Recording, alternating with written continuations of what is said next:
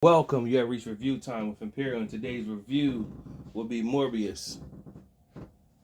Let's get into it. So subscribe to the channel, like the video. Now this movie has been long anticipated. I think the regular uh, release date for this movie was back in 2020, but of course the pandemic hit and Marvel wanted to get their money's worth, so they pushed it back, and somehow it got pushed all the way back to 2022. So it's been anticipated. The last vampire movie that we seen in Marvel was Blade, and a lot of us novice Marvel watchers didn't even know Blade was part of Marvel at the time. So we just thought it was a Wesley Snipes vampire movie that fought. We had no idea that it was part of the whole Marvel. It was like a big detach from the Marvel world back in that time. I think the first Blade came out in the late 90s, I think, if I'm not mistaken. Nevertheless, we fast forward 2022, we in the Morbius. And let's go over some of the cast. So, lead role, Jared Leto did a phenomenal job in this movie. He plays as Dr. Michael Morbius. Matt Smith plays as Milo, Michael's childhood friend. Then you have Adria Arjona plays as Martine Bancroft. You have Jared Harris plays as Dr. Emil Lucas.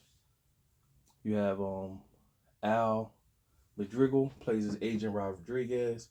And you have Tyrese Gibson playing as Simon Stroud. So, and plus there's a late cameo from Michael Keaton, plays as Adrian Toomes, of course, from Vulture from the Spider-Man series.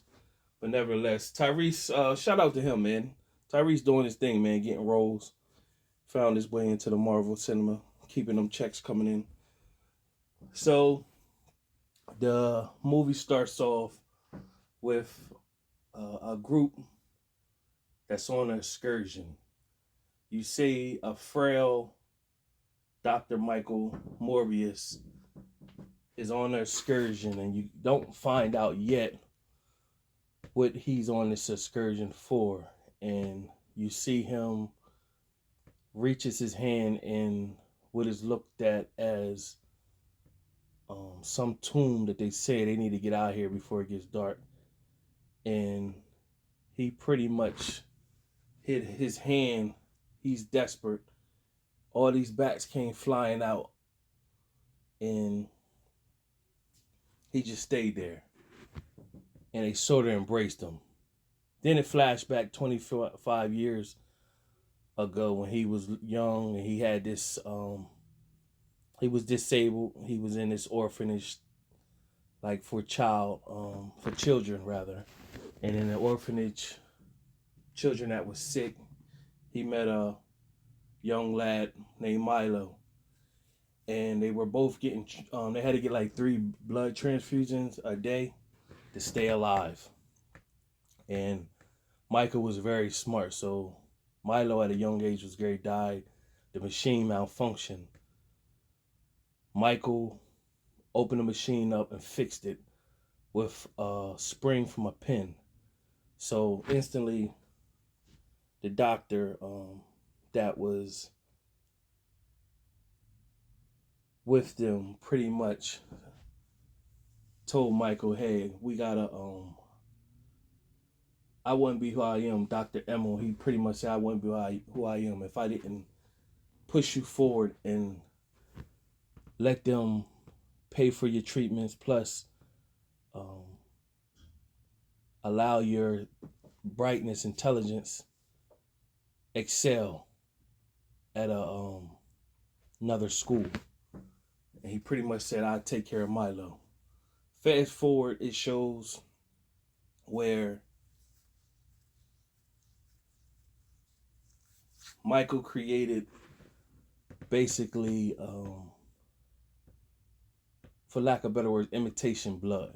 And it has helped plenty of people throughout the world.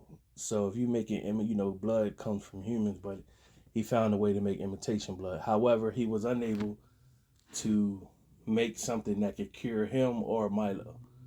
So he kept trying different things, and it fast forward when he came back from that excursion, and he made a serum and tested it on a mouse. At first, the mouse died. They put their head down. He pretty much told Milo he was going to keep pushing. They were going to be well one day. And that fast forward back at the lab, the mouse ended up coming back to life. And so they knew they had something. So they put it in the machine, let it serum up, and put back together. So his co-scientist that was there, Martine, they were on a ship, and this ship was with some mercenaries. They were in the lab, and she injected this serum inside of him. And when she injected it, she left him on a hospital bed. He was just there. She was off doing her thing, and alarm went off. Now, one of the mercenaries came down. He came down to mess with her. She pretty much told him leave her alone. And they heard an alarm go off, and when they looked, he was off of the doctor's bed. So they went around looking for him, and you could just hear him growling. So he went full vampire mode, wiped him out. She locked him in the room with bulletproof glass, and he just proceeded to punch through the glass. And then the rest of the crew came down. They came down shooting. Somehow she got flown, knocked unconscious. Meanwhile, of course, he came out and he just destroyed and went through him. Now, from here, you went through a whole process of her. She was in the hospital. He was able to form back into himself and become back human. And he called for Mayday. The boat ended up washing ashore. All the dead bodies on there. She was the only one alive. In came Simon Strand, Tyrese's character, and his Detective Rodriguez. They came in asking her questions. She pretty much was unconscious at the time. Meanwhile, he can see that he's instantly able to walk normal. He was cured, but only for a short period of time. He needed blood. So, of course, he made imitation blood, so he went and got that. So he now had to figure out how long did it last, how much long did the blood last in him before it doesn't work anymore. So he got it down to 6 hours, then it went down to 4. Meanwhile, he was able to understand he's learning his powers. He got to learn how to control them, though, so he won't go berserk or whatever. So meanwhile, Milo comes over, and Milo's wanting to know what's wrong with him. So he tells Milo he needs the imitation blood. Tell him to go get it. And so Milo got a chance to see him, like, hey man, what's going on? And then once he regrouped, he was, transforming. But once he got himself together, Milo was like, nah, I need some of that because I've been sick my whole life and I've been waiting to get. And he pretty much told him like, nah, I can't. You can't have this. This is a curse. You're gonna hurt people. I did some bad things. Milo like, I don't care. I'm trying to live. Why do you get to live and I don't? So you automatically you watch enough movies. I seen this plot from the beginning. Who's gonna be his Morbius is like an anti-villain. Who was gonna be his, nemesis in this movie? And I knew it was gonna be Milo. So of course, Milo got a hold of the serum. He injected himself. So when Michael went to the hospital to look over Martine, a nurse got killed in the hospital. And at first you think it's Michael, and even Michael thought it was himself, that he lost control, but you knew it had to be Milo. He had turned. And so the cops, of course, came. Michael went in and got some of the imitation blood. He was on his way to leave, and then the cops stopped him, and then he could hear that they were pretty much saying he was a suspect. So he turned into Morbius and used his powers to float up to the top. And then when he went to float up to the top, Simon Strand put a gun out on him and basically told him, like, stop. So he let himself get arrested. He was arrested. Milo showed up pretending to be his lawyer, and Milo came in all hurt. Not hurt, acting like he was sick, limping and everything. And it was a real, like, unusual suspects moment with Kaiser Soze or whatever. So he talked to Michael, pretty much telling him, you got to get out of here, and here's some blood to hold you over. As he walked out limping, but by the time he got to the front, he was walking out normal. And so Michael instantly thought, it's Milo.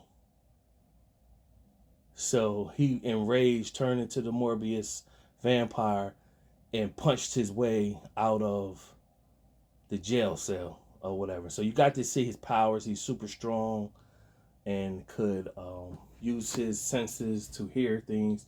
So he pretty much found where Milo was and approached him. And Milo, of course, said, we could be gods. We don't got to hide in the shadows.